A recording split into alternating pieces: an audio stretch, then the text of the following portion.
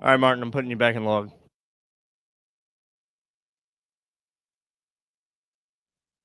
Need to know what's going on with the Crimson Tide? Then subscribe to our YouTube channel for exclusive content on your home for Alabama sports. Tide 100.9 and streaming on the Touchdown Square media station. WTUG HD2 I'm Jay Northport. Barker, and you're listening to ESPN Radio. Check out the Jay Barker Show weekdays from noon to 3 p.m.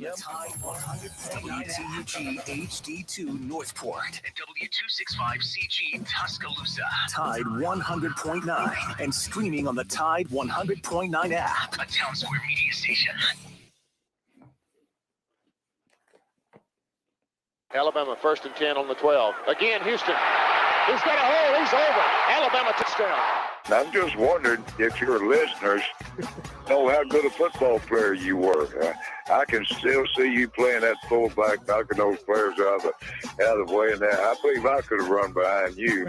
Martin, I can remember when we came to summer and you were playing fullback up there, and I saw you in the weight room and watched you work out in the weight room. If you were strong enough to pick up the whole weight room. I wanted to fix it, and our running back coach didn't take it. biggest mistake we ever made. The Martin Houston Show with national championship winning fullback Martin Houston, giving you 1 hour of intense, hard-hitting analysis from an insider's perspective. It's time for the Martin Houston Show on your home for Alabama sports. Tide 100.9 and streaming on the Tide 100.9 app.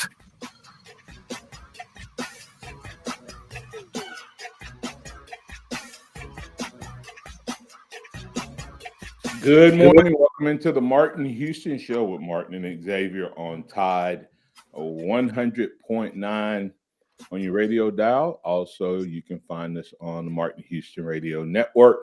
Glad to get things rolling on Facebook, YouTube, and Twitter at Martin Houston Speaks or M Houston Speaks. Glad to have you with us this beautiful morning. I want to invite you to get in on the conversation on the Alabama One hotline at 205-342-9904. That's the Alabama One hotline, open for business.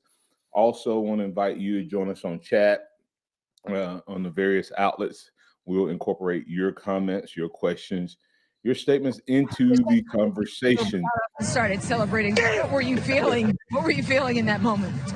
Oh, man. So we will keep things rolling and encourage you to get in as we bring DC into the conversation with us today.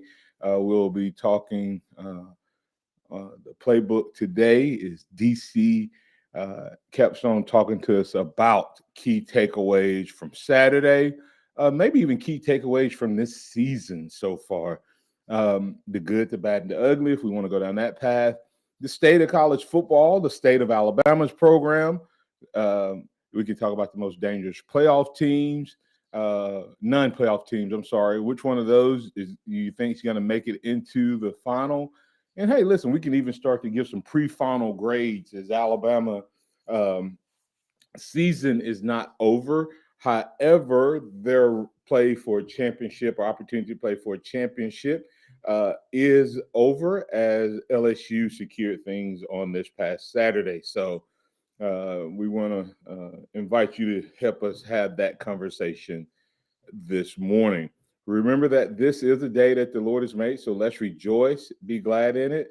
Take some time today to notice someone, love someone, serve someone, be the difference you want to see in the world today. And once again, if you're just now tuning in this morning, this is the Martin Houston Show with Martin and Xavier, the sound of Bama Sports, your show, your team. And we got DC joining us. Good morning, X. How you doing, sir? Good morning. Doing well. How are you? Doing well. Good morning, DC. How you doing, sir? Good morning, Martin. Good morning, X. Good to be here this morning. All right. Well, Bama goes in, gets a close win against Ole Miss. For a lot of people, that was a big relief. We even had some faithfuls to the Bama Crimson Tide picking the Rebels to get away with the win. Alabama started off this game the way they started off most road games this year. However, they had a great second half for the most part. Potentially the best second half they've played in a while, even though it was a tight game. Um, you know, as you look at that game, DC, what was your key takeaway from that game? Well, I think just what you said just now on my podcast, we went up yesterday. We talked about the second half, how encouraging it was to see a performance the way it was in the second half. I think we went on the road against a quality opponent. I don't think we had as many penalties. There were unforced penalties, pre-snap penalties. I was pleased with that throughout the game. And then in the second half, thought we did a really good job of dedicating ourselves to run the ball.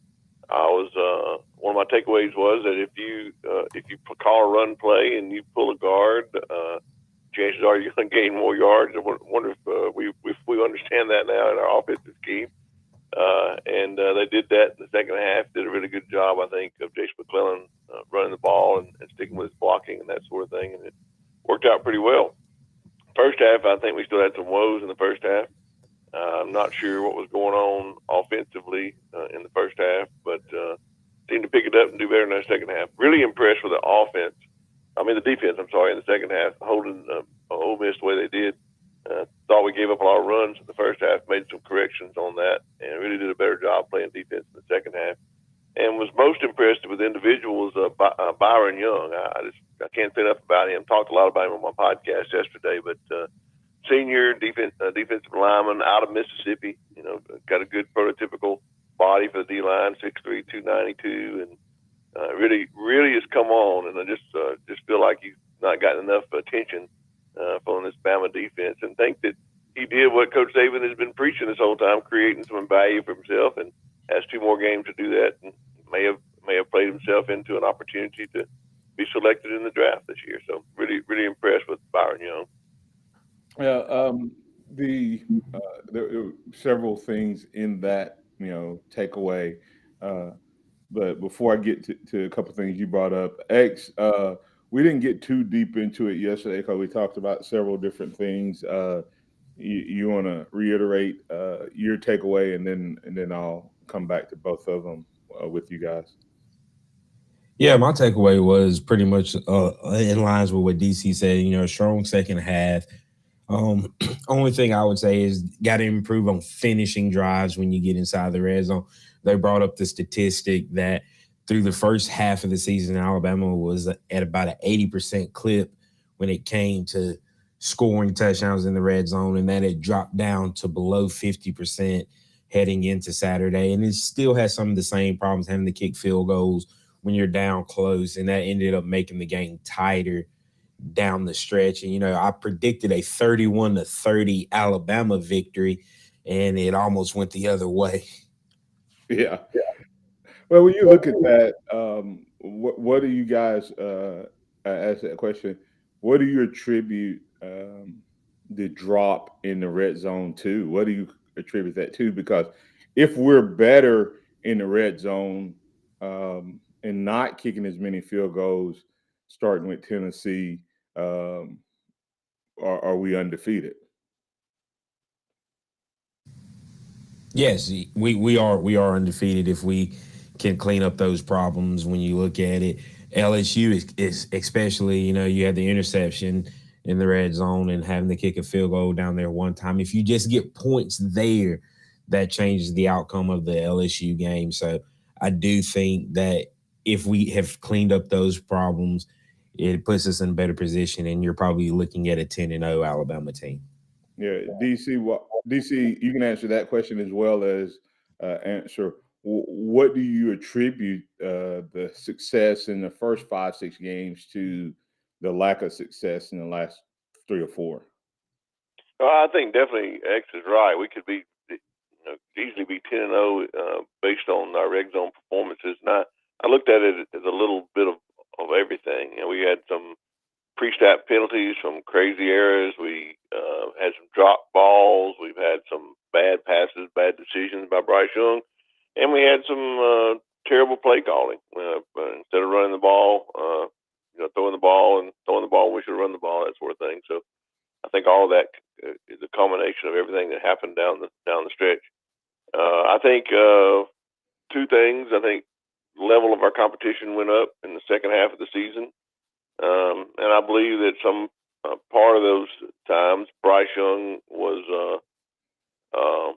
not perfectly healthy in some of those games, and maybe his timing may have been off, and that may have contributed to some of the drops. And then the lack of a high-quality wide receiver play that can go up and make a play for you, catch a ball when it's maybe not in the exact right place.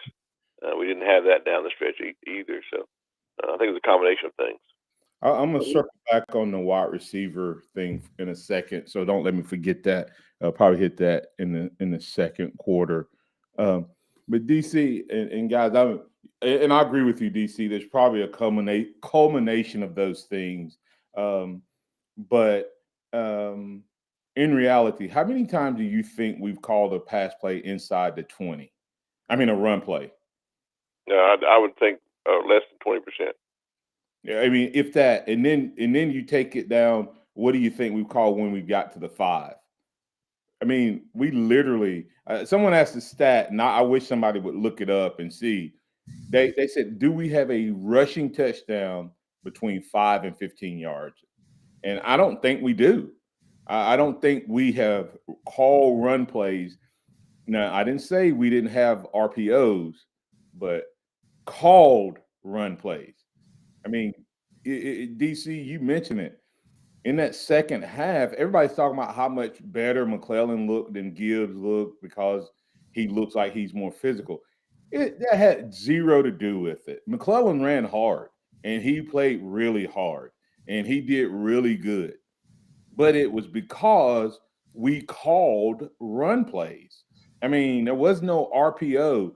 And when you let McLaughlin snap the ball and get off the ball, he gets to that linebacker 99% of the time, which is the guy who most of the time makes the tackle. I mean, you go back and look at how often the guy that McLaughlin is assigned to, when McLaughlin is an RPO and we still run it, and you see the lineman only getting about 2 to 3 yards down the field, 2 to 2.5 yards down the field, DC. I mean, you see the difference. And when we get to the 5, it doesn't. We just can't. He cannot get out of that NFL mentality. I agree 100%. I think that one observation I made with someone that I was speaking with during the game, watching it, was with an individual who asked me questions about why we were running the ball better in the second half. And I pointed out to him on several of the plays that they were dedicated, called run plays where the lineman knew exactly how to block, where to block, and what to do. And they were opening up some great holes. And Jason McClellan did a great job. I'm not taking anything away from him. He hit the holes. He followed his blockers. He did what he was supposed to do, and the room was there for him. He didn't have to create the space. The space was there. And then he did a good job of extending that play 3 to 5 yards after catch, yards after run, after contact, so that he was able to get 3-4 more extra yards out of his effort. But I think we have a great offensive line coach whose mentality translates to those offensive linemen, but we've not been using those skills well by the way we've called plays. I believe the play calling has been the problem with our running game. And what I mean by that is I think our offensive line coach's mentality is translated down to his players, and we haven't been able to showcase that in their blocking because they've been able to have to tie to the line of scrimmage without worried about getting downfield on these run pass options. And when I say that is, I've heard this week more linemen talk about those running plays than they talked about any other play all year long, because they enjoy that type of blocking. They know their assignment. They don't have to guess whether it's going to be a run or a pass. And just like you said, they can get off the line of scrimmage and get out and stop that secondary block. That's where the gashing happens in run when our defense gets gashed with run plays. Ole Miss was doing that by getting their center or their guard on our linebacker and making a block. Once you block that linebacker, you can get into the secondary. We haven't been doing that all this year because our linemen have been hanging around the line of scrimmage not knowing if it's a run play or not. That's my critique of the offense. We did it against Arkansas, and I told everyone Gibbs making those same runs that McClellan was making would have taken a couple to the house, because he would have been through there, and that guy who he ended up hitting and then running over the second guy, Gibbs would have been through there. I mean, like you pointed it out, DC, and we'll continue the conversation on the other side. But you pointed it out, DC. McClellan wasn't making guys miss at the line of scrimmage. He was making guys miss, 4 yards downfield where we weren't even getting to, in the run game. But there's a question that's out there that I want to ask you regarding Gibbs, and Curtis Lewis is wanting to get your thoughts on why Gibbs did not play in the second half. He said the truth and not what we've been told. And then also we got Tom holding for you. So we'll get both of those on the other side. You listen to the Martin Houston Show. We're with Martin and Xavier. We're talking to DC Capstone Report. He joins us every Tuesday right here on Tide 100.9. Tide 100.9 traffic.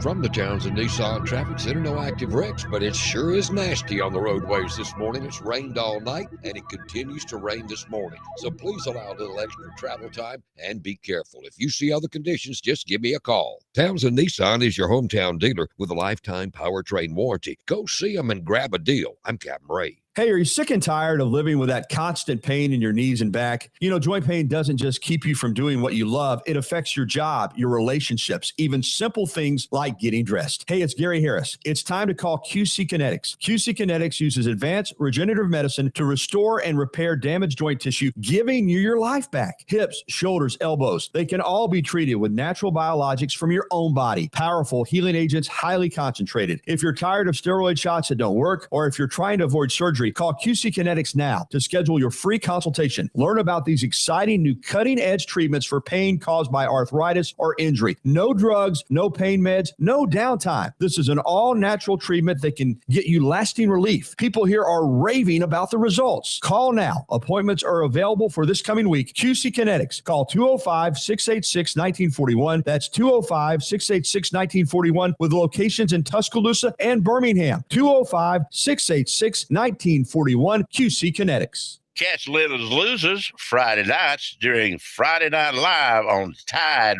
100.9, your home of Alabama football, and on the Tide Tailgate Show Saturdays on Tide 100.9. Brought to you by Boatworks in the old L&L Marine Building on Highway 82 West in Northport. Tide 100.9 Tuscaloosa weather. Widespread rain this morning, diminishing by midday today. Clouds lingered this afternoon, the high 52. For tonight, gradual clearing, the low at 36. And tomorrow, a dry day with a partly sunny sky, the afternoon high at 54. I'm James Spann on the ABC 3340 Weather Center on Tide 100.9. It's 49 degrees in Tuscaloosa. Scott Smith and Softmark Design, doing business for 17 plus years, specializing in graphic design services, commercial printing, promotional products, advertising specialties, and so much more. Basically, any and everything you would need to advertise, promote, and grow your business. Through strong partnerships, strong customer service, and creative ideas, they'll help you market and grow your business. Give Scott a call at 205-292-4680 or email scottis@comcast.net and visit him online at softmarkdesign.com. Welcome back to the Martin Houston Show, the sound of Bama sports. Your show, your team, on your home for Alabama sports. Tide 100.9 and streaming on the Tide 100.9 app.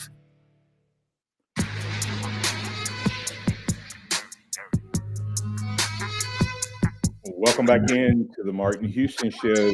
The countdown is upon us. There's only 8 days left to our biggest loan sale of the year, Black Wednesday.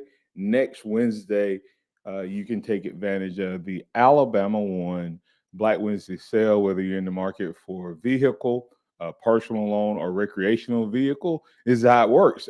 Starting at 7 a.m., we will have certain rates available at 7 a.m. up to 12 p.m. Each hour, that rate goes up just a little bit. So if you're approved for your loan, you get the lowest rate available for that particular hour.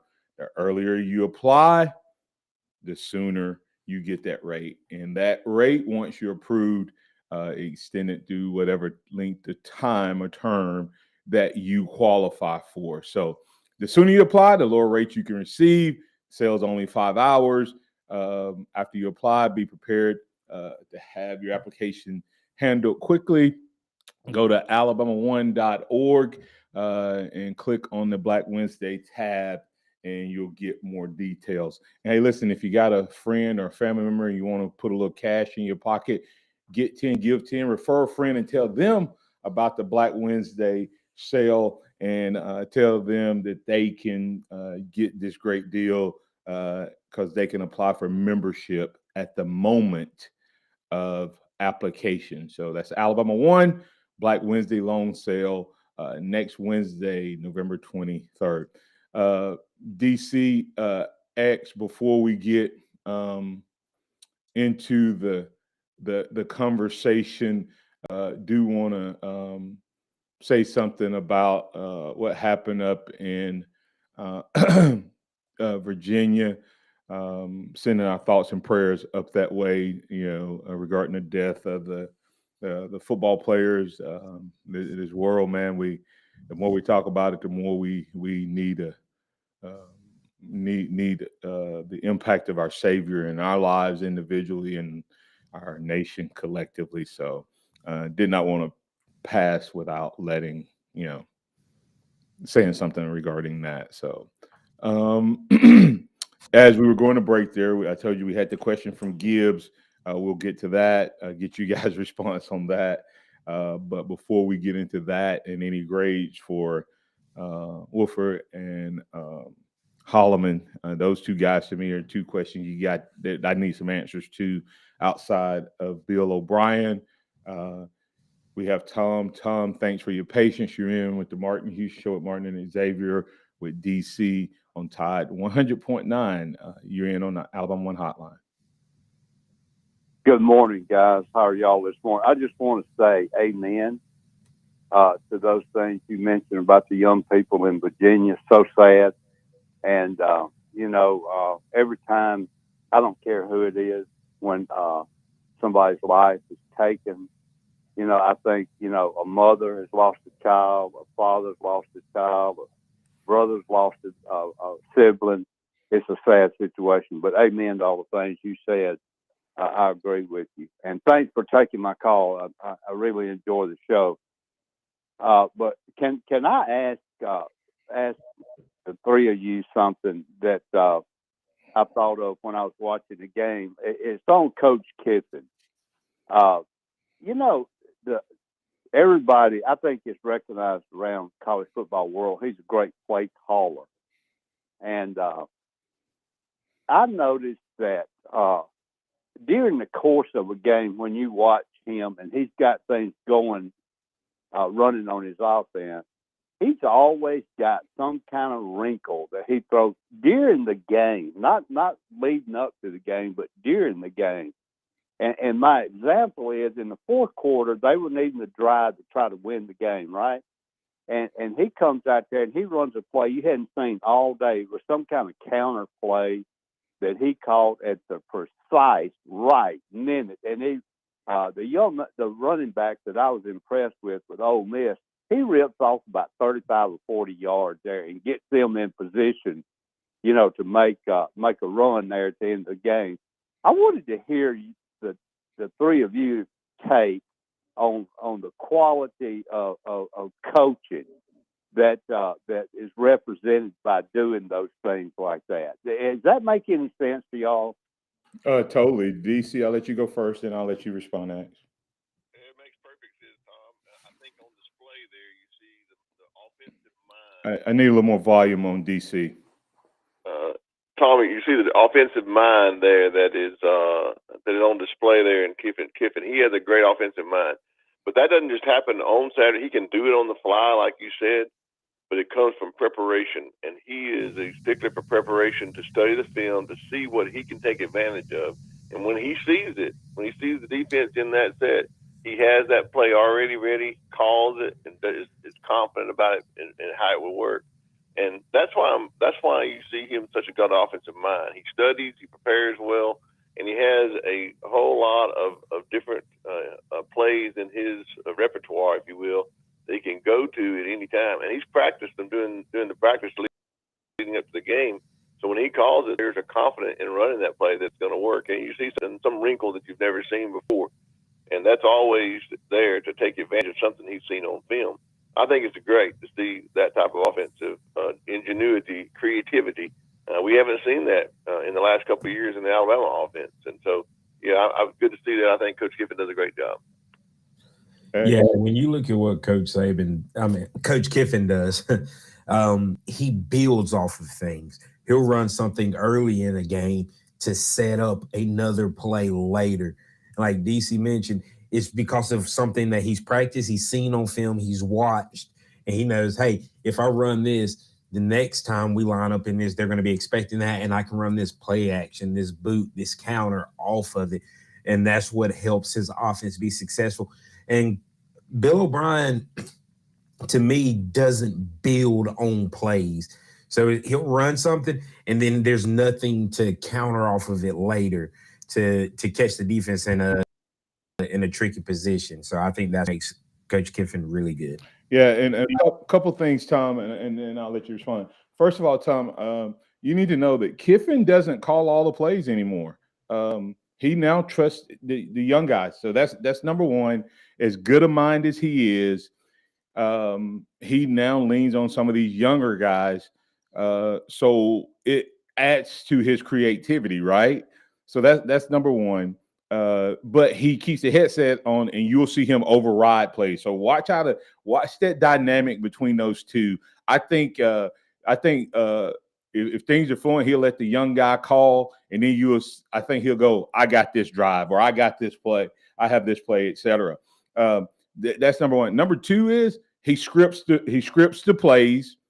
That's why he is virtually unstoppable on the first drive. Remember when he was at Alabama, those first few.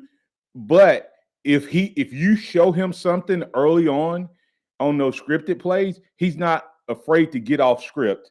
But then he'll come back to his script. And this is what you do. Because you've prepped, you know the other team's tendencies. And so he'll know the tendencies. He runs plays to see if they made any changes in their game plan, right? Did Alabama break any of their tendencies in those first 15, 20 plays? Yes, no. Then he sets up. Once that happens, he goes back to what Xavier said. He has a flow. He has the ability to feel something. He's setting things up, and then he's creative. One of the prettiest plays, it did not work, right? It did not work, but he pitched it outside to Judkins probably 3 times. I said, he's setting something up. And then he comes and does what? He fakes the pitch, comes back to a pass play. So another thing he has there is patience. And so he saw that Alabama was getting more and more aggressive against the run. So he runs a counter. He knew he would get the whole defense flowing one way, and he could come back the other way. So he set it up beautifully. So all that's 3 different perspectives, but I think we're all kind of saying the similar things. But any other thoughts or questions you got, Tom? No, I enjoyed those, all 3 of those responses, and thank you for taking my call. I enjoy the show. All right, we appreciate you, Tom. Thank you, sir. DC, you got anything before we get to break? Coming back on the other side, we're going to talk about, like I said, the question we had regarding Gibbs, and as well as the wide receivers. So you said something a few minutes ago, DC, regarding what happens at the goal line. Wide receivers can't get open. So I want to talk about that, and then also we got the best offensive line coach in the country, or one of the best. And have we been fair to him? Has he had an opportunity to really showcase what he's taught these young men? So, any closing thoughts in the first half before we go to the second half? Just a little closing thought on Lane Kiffin there. Another thing that he does, and he's not afraid to do, is if a play works, he sticks with it and calls it until you stop it. In Alabama's scheme this year, I can't remember a time where we've had a running play that's worked and we actually ran it any time again the same game. I don't remember that. So I think he's not afraid to continue playing, calling a play and running a play if it works. And I think that's something that we don't do in our offense right now. We don't stick to plays that work. Ask Arnold if he'll run the same play over and over every time. The only game I can think that we've done it is the Arkansas game, and Gibbs busted 2 70-yard touchdown runs. And that was because we were dedicated to the run, though, Xavier. We haven't been dedicated to the run in any other game because we've been relying on our quarterback to pass the play. In the game against Texas, we run a scripted counter play with a blocking scheme and run it for 80-yard touchdown with Jason McClellan. And we hadn't seen that play again in that game or any other game. I've got a question for y'all. When you're looking at the way that the RPOs have been ran the last couple of years versus how they were ran with Tua, with Mac, even with Jalen, do y'all think that those plays weren't necessarily scripted RPOs when those guys were here? And so it gave the offensive line an opportunity to be aggressive, and Tua and those guys were just so great at getting the ball out fast versus now they're scripted RPOs, and that makes the offensive line hesitant. Well, I agree with you on one thing you said right there is that in past years with Tua, and even to some extent with Mac Jones, the ball came out of the hand so fast that it didn't matter if the lineman didn't know that it was a run pass option play. It didn't matter if they were blocking because the ball got out so fast. And we had a couple of downfield when Tua was playing, but it's only because he got sidetracked and couldn't get the ball out fast because of the defensive line. Where he had to pump it. Oh, he had to pump it, yeah. I agree 100%. But here's the thing. That's routes. How many times have you seen us run a slant on our RPOs? Yeah. It's the route you run on the RPOs that gets it out of the quarterback's hands faster. When we run an RPO, Bryce is throwing it sideways out to the flat, or it's a deeper route. Like even on Burton's touchdown, he got that thing out fast, but that was still a 18-yard pass versus Tua used to throw the ball. Tua had more 3-yard passes in the air that went 70 yards than we've had, passes that have gone 20 yards period this year. I totally think that it's not just Xavier that is scripted. I think it's the execution or the way the way this coach teaches it. I don't think it's a natural taught thing by Bill O'Brien. I agree. I think it's on the hand part right there. Yeah.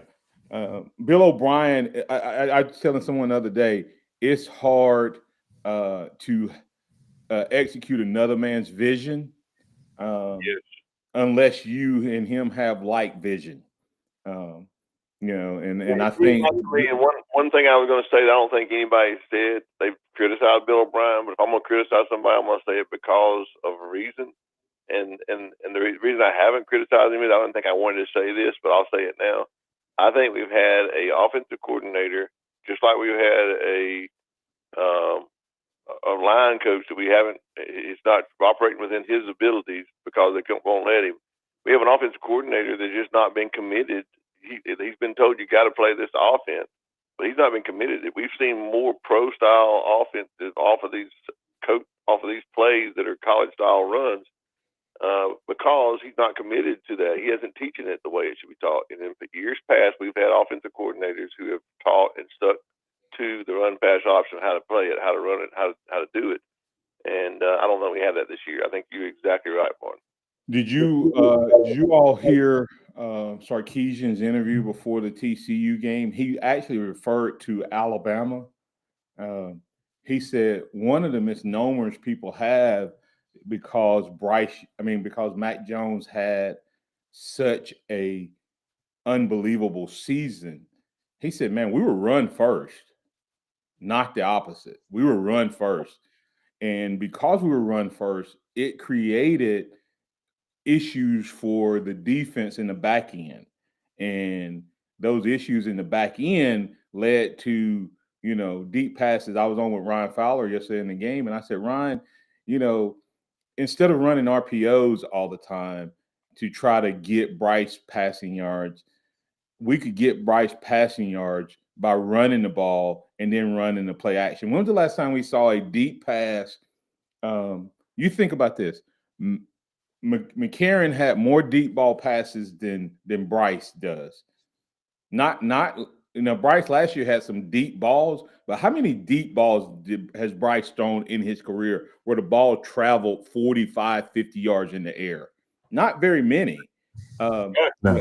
But McCarron had that all the time. Mac had it some because the run game. And it draws those defenses up and it makes them put an extra guy in the box. And Ole Miss dropped 8 guys, 8 players. Let me tell you a secret, guys. Let me tell you a secret that we've all overlooking. Really, this is really this simple. The run pass option only works if they really think you're going to run the ball.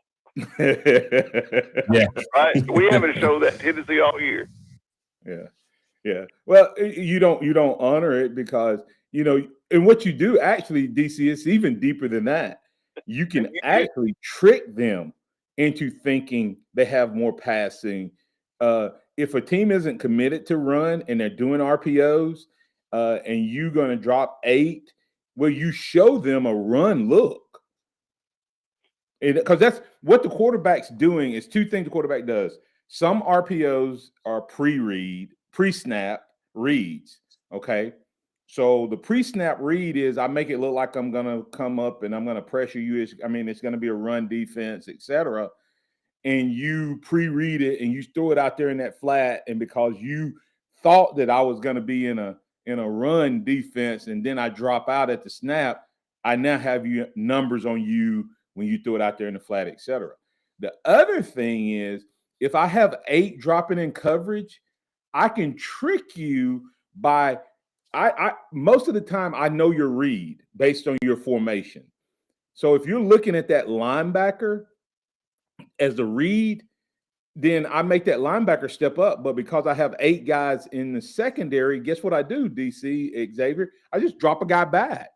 I just drop an extra guy back because now I have 8 in pass coverage, and that guy steps up. So you think, oh, it's a read. Well, because I know you're not going to run it, I'm still going to drop out the other 7 into coverage, and therefore it's really not a pass read. So you're right, DC. So well under Sarkisian, the reason we ran the ball so well in Sarkisian is just what you just said, Martin. When he was pre-snap, when the other team showed that they were going to drop, right? They've learned that, and they ran the ball when they were showing that. In other words, when they started dropping 8, they ran the ball. The linebackers were already on their heels, and we would gain 6, 8, 10 yards a time because they were already running backwards at that point. That's why we don't see that. We're not reading that this time. Is what I think from our offensive coordinator perspective or our offensive execution perspective. All right. Well, hey, listen, that was an unexpected conversation there, but really good. If you want to get in on it, give us a call. We got a couple callers that have been patiently waiting. Guys, we're going to get the break, come back. We'll work you in. But, I'm telling you, in that fourth quarter, we'll have a quick segment coming back. Then we're going to get to this O-line and wide receiver. And Leighton Law has asked a question that was something I thought, why don't we have that in our arsenal? Because Ole Miss did it to perfection. What am I talking about? You're going to have to stay tuned for that conversation right here on the Martin Houston Show with Martin and Xavier with DC Capstone Report. Hello, this is Martin Houston with the Martin Houston Show, and I want to tell you about one of our great sponsors, Overflow Express Wash. Their mission is to provide great customer service with a showroom clean car and an exceptional customer service experience. They have the basic car wash that starts at $7, but you need to check out the premium wash packages, which start as low as $12 and go up to $20. They also have a membership wash club that you can get for starting at $23.99, going up to $39.99. In other words, just double the regular premium package, drop a penny, and you can be one of the great members of Overflow Express Wash.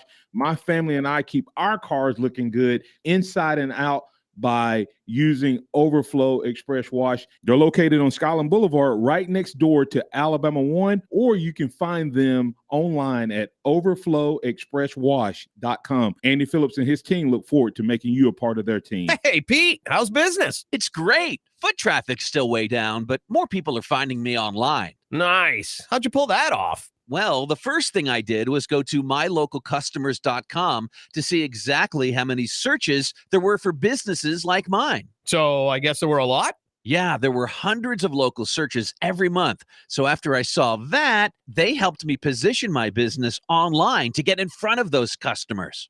That's awesome. I wonder how many people are searching for my services around here. Well, it's quick and easy to get the answer. Plus, it's free. Just go to mylocalcustomers.com to find out. If there are a lot of searches, you should definitely get in front of them. If there aren't, no harm, no foul. Go to mylocalcustomers.com for a free local customer analysis that will show you how many customers are searching online for your type of business.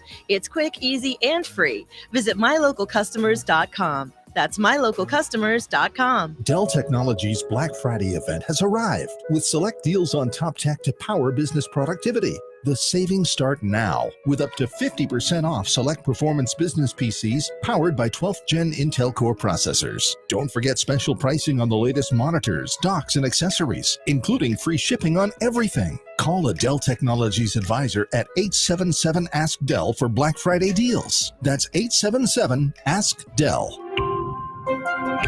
Town Square Media, along with Spiller Furniture and Townsend Nissan, want to see your holiday spirit in lights. Neighborhoods are shining bright this Christmas thanks to the countless hours it took you to wrap your trees and bushes and outline every peak and gable of your house with lights. If you've lit up your house in any way, we want to see it and share it with the rest of Alabama. All submissions will be qualified to win $1,000. So when your house is lit up, go outside and snap a pic and send it to us on our free app, sponsored also by Hudson Pool Fine Jewelers and Townsend Honda. Let's light up West Alabama this Christmas. Tide 100.9. Have you ever wanted to be inside Bryant-Denny in the middle of the field, sitting in the lower bowl, watching your beloved Alabama Crimson Tide team battle? Now you can. Tide 100.9 and Tuscaloosa Toyota present Best Seats in the House. Each week, we will give away a pair of the best seats, and we'll pick you up, take you to the game, and pick you up after the game. Enter to win by downloading the Tide 100.9 free mobile app and listen each week for details on how to win. Winners will be notified on Thursday. Best Seats in the House is presented exclusively by Tuscaloosa Toyota, where we are all about people and all about you. Online at TuscaloosaToyota.com.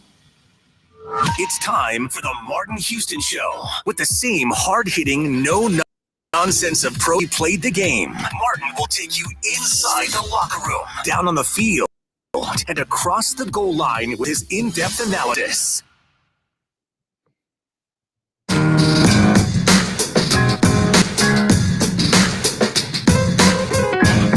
All right, welcome back into the Martin Houston Show. Man, it's been a great show, great conversation. If you missed out on it, hey, you need to make sure that you make a note to join us at 6 a.m. Every day, Monday through Friday. And if you happen to miss a show, we do a playback at 12 p.m. as well as 7 p.m. Or you can always just go to the Facebook page and find it there, or on YouTube at Martin Houston Speaks as well. So all of those. So we're always, even though we're not on live, we're still on the air. So if you ever miss it, and you can add comments, and we may even come back and make comments on those. But we got 3 callers we want to get to, guys, this morning, and then we'll wrap up the show with a couple rapid fire questions. Let's get Curtis Moore. The second you're in with the Martin Houston Show, you're on the Alabama One Hotline with DC and Xavier. Hey, good morning, everyone. Hey, I'll make it quick because I know you got some calls here. But the thing with Bill O'Brien, and I just got to thinking, and I just want to get y'all's take on this, see if you agree with me on this. And Bill O'Brien, I mean, you have a guy who has, reached the highest of the highest. He's been a head coach, and also a general manager and all that. I think that the reason for his, I guess, stubbornness and the way he does things is because he's been kind of at the top, and he doesn't, normally you have people that are motivated to kind of get there and kind of care. I'm not saying he doesn't care, and I'm sure he's competitive, but I just think he's probably just stubborn like the Les Miles and the Jim Fishers. They just want to run things the way they want to run things. But I guess the reason, because if we're seeing these things, I know as a professional offensive coordinator, he has to be seeing these things too that we're talking about. And, Curtis, let me ask you something. I'll let these guys respond to that real quick. Curtis, who trained Bill O'Brien? Belichick. Who trained Belichick? Yeah, Belichick. Who else did Belichick train? Saban, right? Coach Saban. Yeah. So you got what? Two peas in a pod. And I have heard and by multiple sources, they don't even like each other. Why? Because they both right. I'm just telling you. I just think, and here's the other thing. As bad as we've seen Bill O'Brien, whose name is listed for every job? Bill O'Brien. So so why change something? DC, you want to respond to that? No, I was just going to say that Curtis is right. You don't have a hungry offensive coordinator that's trying to make the big level. O'Brien's already made it, and he's doing his thing, and he can do what he wants to do, and he can be stubborn because he doesn't have to. There's no accountability. He gave Coach Saban 2 years, and he has 2 years. I don't think he'll be around after that anyway. Agree. All right, Curtis. Anything else? No, I'm gonna let you move on. I'm eager to listen to everyone else's comments. I know you're short on time, but roll Tide. Roll Tide. Thanks, Curtis. Pat, you're in the Martin Houston Show with Xavier and DC. What's on your mind, sir? Morning, fellas. And first thing I wanted to say is my heart goes out to the families in Virginia, the 3 deceased guys, and it appears that the shooter was a player too, or had been a player in the past. There, Virginia makes it that much more sad. It seems like his kids were targeted, is what it appears.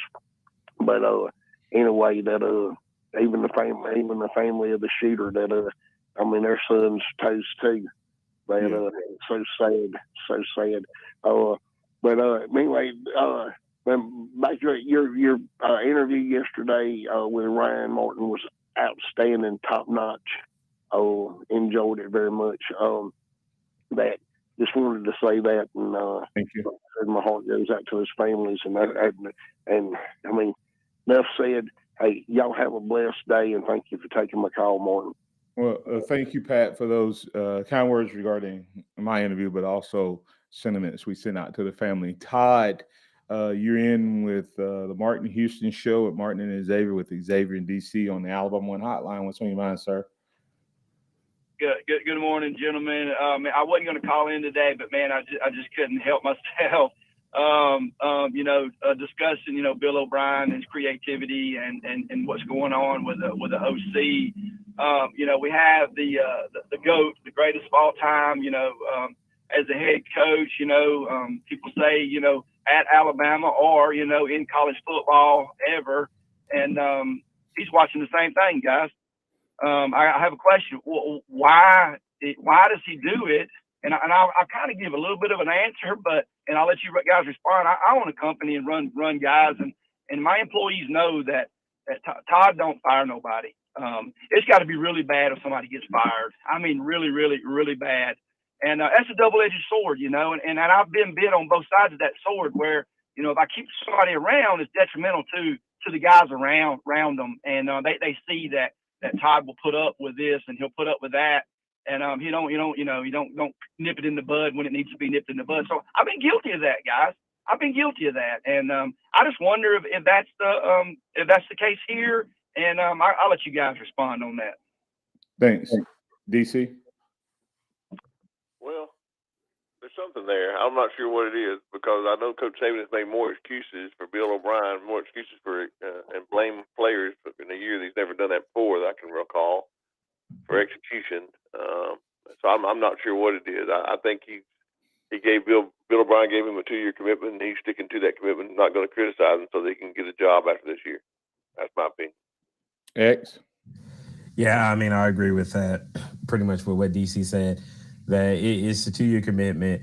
That the rumors of them not liking each other have been there, but you can't keep someone around that is detrimental to the team. And at the end of the day, I don't think Bill O'Brien is the guy for the job. Yeah, and let me ask you this, DC X. Think about he fired Lane Kiffin with 1 week to go. So bad that he could not take it. Think about that. But yet this has been allowed to go on from 1 year to the next and hasn't. It's not like you watch the games and think, okay, Alabama's execution is getting better. Last night, Ayton and I talked before the show. Last night, you saw what happens when a coach executes a game plan. The Commanders probably wouldn't beat Washington if they played, 10 times. They probably wouldn't beat them but twice. Last night and one other time. But last night, they had a game plan, and, man, they stuck to it. Even when it looked like they may lose out, it may cost them, they still stuck to it. And we don't have that type of offensive coordinator. So, Virgil said, and it possibly cost us the title. Ain't no possibly to it. We win that game if Kiffin is there. But my point behind that is not whether it cost us a win or a loss, is the fact that he couldn't take one more week with the guy he had for 3 years, where here he's allowed this guy to in my opinion, we used up the greatest quarterback we've ever had, and we're going to have 2, maybe 3 loss season potentially. So that's my thing. Hey, a couple quick questions, guys. DC X. First of all, DC, you mentioned Wolford and what he does. Grade him out on what you think he's done versus what has been the stigma or the thought process of this O-line. Is this O-line bad, or is it just the way they're used? I think it's the way they're used. That's my opinion, based on what I'm hearing from other people who are disappointed that he hasn't been given the ability to do all that he can do in his coaching career.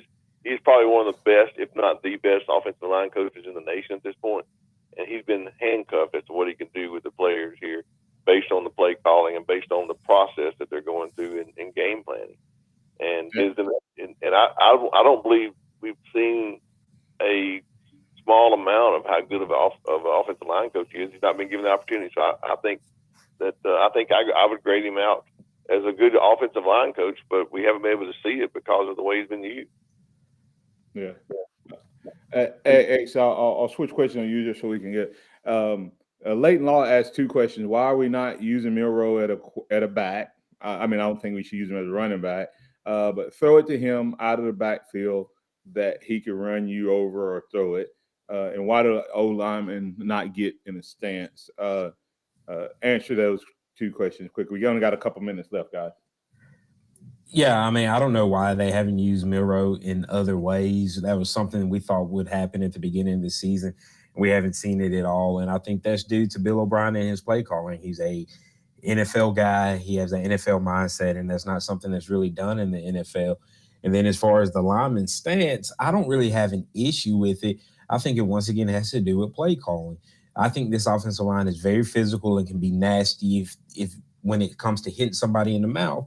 But there's been a little hesitancy in the way that they block due to the RPO play calls and things of that nature. We throw it about 50-plus times a game.